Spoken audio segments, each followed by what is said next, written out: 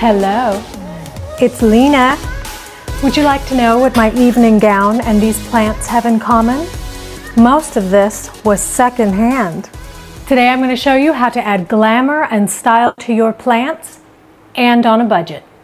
The first rule I have with adding style with my plants is I try to come up with a color theme. Maybe 1 or 2 colors, that way you've got a nice scheme and you can work with it. I personally love gold, so I pick out a lot of things that are gold, including my gold shelves. I also try to stick with plants and pots that have varying sizes. One of my favorite things to do is to stack various heights, various sizes, because it makes a visual impact. When I have something that I want to use that is not a plant pot, like this secondhand wooden gold thing, I have a little trick, and we used to do this at the greenhouse. So for this is made of wood and it's definitely not waterproof. But inside I have a pot, the same tacky plastic pot it came in, and I have something else inside to protect this from any water. Inside, I've got my little clear plastic plate, and I have this cheap little terracotta pot that it sits on. I also have a little trick for adding height using simple things like Tupperware. Voila! Another thing I like to do is mix a more expensive pot with cheaper plastic pots. Not everybody can afford to buy all ceramic pots. I mean, they are expensive.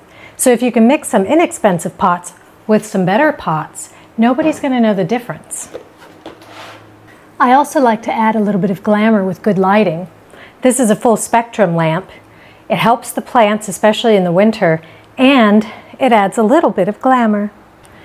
Even a simple full spectrum bulb that you can get inexpensively online will add the light that it needs and a little bit of glamour. I have another little trick. I like to call it the rule of 3s and 4s. I do this with landscaping plants too.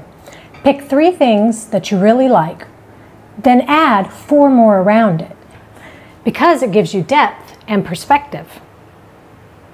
And don't be afraid to try a little spray paint.